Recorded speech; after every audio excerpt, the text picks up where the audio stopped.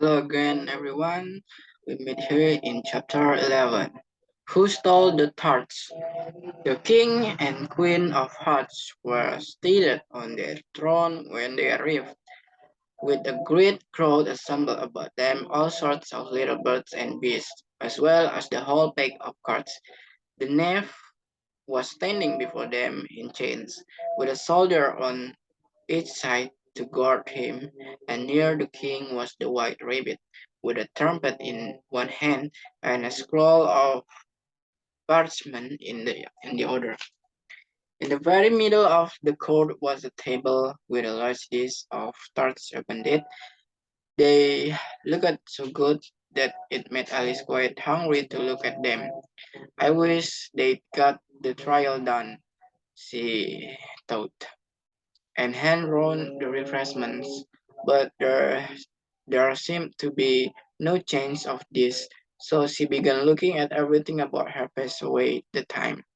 Alice had never been in a court of justice before, but she had read about them in books sorry, and she was quite pleased to find that she knew the name of nearly everything there. That's the judge, she said to herself, because of his great wit. The judge, by the way, was the king, and as he wore his crown over the wig, looked at the fortification to see how they did it. He did not look at all comfortable, and it was certainly not becoming. And that's the jury box, thought Alice, and those 12 creators. She was obliged to say creators, you see, because some of them were animals and some were birds. I suppose they are just jurors.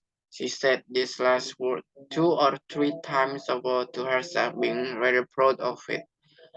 For the thought, and rightly too, that very few little girls of her age knew the meaning of it all, however, jurymen would have done just as well. The 12 jurors were all writing very busily on slates. What are they doing? Alice whispered to the Grimpen. They can't even anything to put down yet before the trial is begun. They are putting down their names, the Grimpen whispered in reply, for fear they so forget them before the end of the trial. Stupid things, Alice began in a loud, indignant voice, but she stopped herself hastily. For the white rabbit cried out, silence in the court. The king put on his spectacles and looked anxiously round to make out who was talking. Alice could see as well as he, she were looking over their shoulders that all the jurors were writing down stupid things on their slates, and she could even make out that one of them didn't know how to spell stupid, and that he had to ask his neighbor to tell him. A nice model their slates will be in before the trials over, thought Alice. One of the jurors had a pencil that squeaked. This, of course, Alice could not stand, and she went round the car and got behind him, and very soon found an opportunity of taking it away. She did it so quickly that the poor little juror, that was Bill the lizard, could not make out all what he had become of it. So after hunting all about for it, he was obliged to write with one finger for the rest of the day, and this was of very little use, as it left no mark on the slate. Carroll read the accusation, said the king. On this, the white rabbit blew 3 blasts on the trumpet and went unrolled the parchment scroll, and read as follows: The queen of hearts she made some tarts all on a summer day. The knave of hearts he stole those tarts and took them quite away. Consider your verdict, the king said to the jury. Not yet, not yet, the rabbit hastily interrupted. There is a great deal to come before that. Call the first witness, said the king, and the white rabbit blew 3 blasts on the trumpet and called out first witness. The first witness was the hatter. He came in with a teacup in one hand and a piece of bread and butter in the other. I beg pardon, Your Majesty, he began, for bringing this in, but I hadn't quite finished my tea when I was sent for. You ought to have finished, said the king. When did you begin? The hatter looked at the March hare who had followed him into the court, arm in arm with the dormouse. 14th of March, I think it was, he said. 15th, said the March hare. 16th, added the dormouse. Write that down. The king said to the jury, and the jury eagerly wrote down all three dates on their slates and then added them up and reduced the answer to shillings and pence. Take off your hat, the king said to the hatter.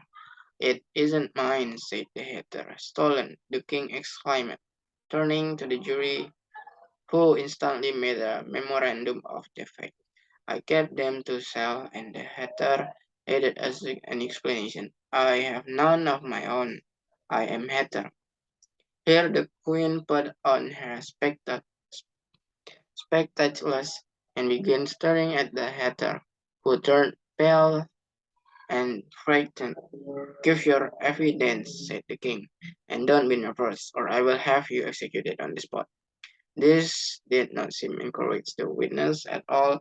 He kept shifting from the foot to the other, looking uneasily at the queen, and in his confusion, he bit a large piece of his teacup instead of the bread and butter. Just at this moment, Alice felt a very curious sensation which puzzled her a good deal until she made out what it was. She was beginning to grow large again, and she thought at first she would get up and leave the court, but on second thought, she decided to remain where she was as long as there was room for her. I wish you wouldn't squeeze so, said the dorm host who was sitting next to her. I can hardly breathe. I can have it, said Alice very meekly. I'm growing. You have no right grow here, said the dormouse. Don't talk nonsense, said Alice more boldly.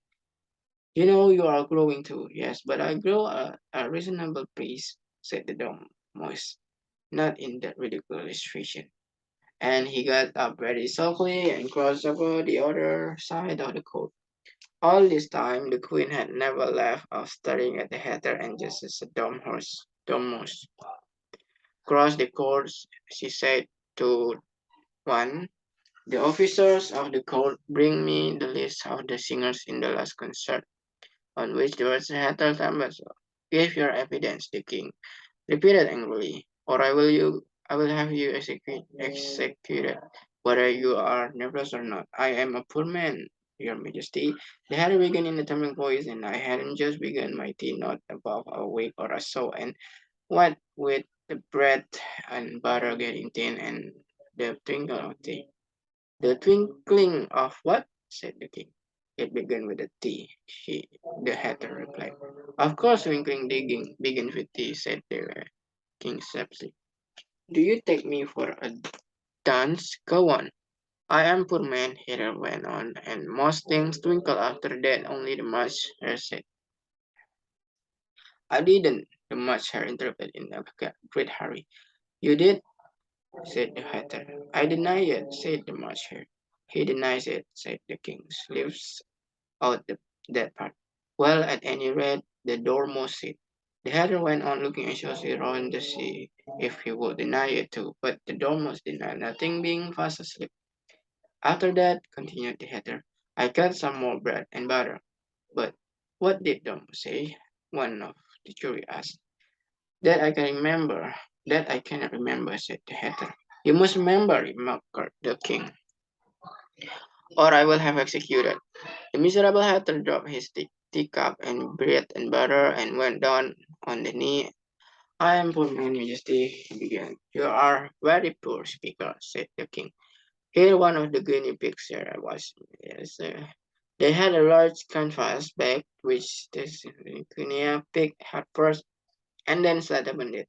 I'm glad I have seen that done, tell Alice. I have so often read in the newspaper at the ends of trials there was so attempt at applause which was immediately suppressed by the officers of the court, and I never understood what it meant till now. If that's all you know about it, you may send down, continued the king. I cannot go no longer, said the hatter. I am the floor on the floor as it is. Then you may sit down, the king replied. Here the other Guinea pigs cheered and was surprised. Come, that finished the guinea pigs, told Alice. Now we shall get on better. I'd rather finish my tea, said the hatter, with an anxious look at the queen who was reading the list of singers. You may go, said the king, and the hatter hurriedly left the court without even waiting to put his shoes on. And just take his head off outside, the queen added to one of the officers, but the Harris was out of sight before the officer gets to the call. Call the next witness, said the king. The next witness was the Duchess cook. She carried the paper box in her hand, and Alice guessed who it was even before she got into the court. By the way, the people near the door began sneezing all at once. Give your evidence, said the king. Send, said the cook. The king looked anxiously at the white rabbit, who said in a low voice, Your Majesty must cross-examine this witness. Well, if I must, I must, the king said with a melancholy air, and after folding his arms and frowning at the cook till his eyes were nearly out of sight, he said in a deep voice, What are tarts made of? Paper mostly, said the cook.